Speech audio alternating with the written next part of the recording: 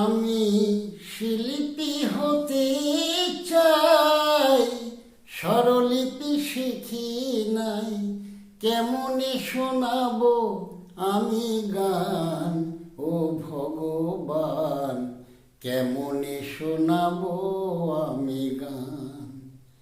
শিল্পী যে গান গায় তোমারই করুণায়, সে যে তোমার অবদান।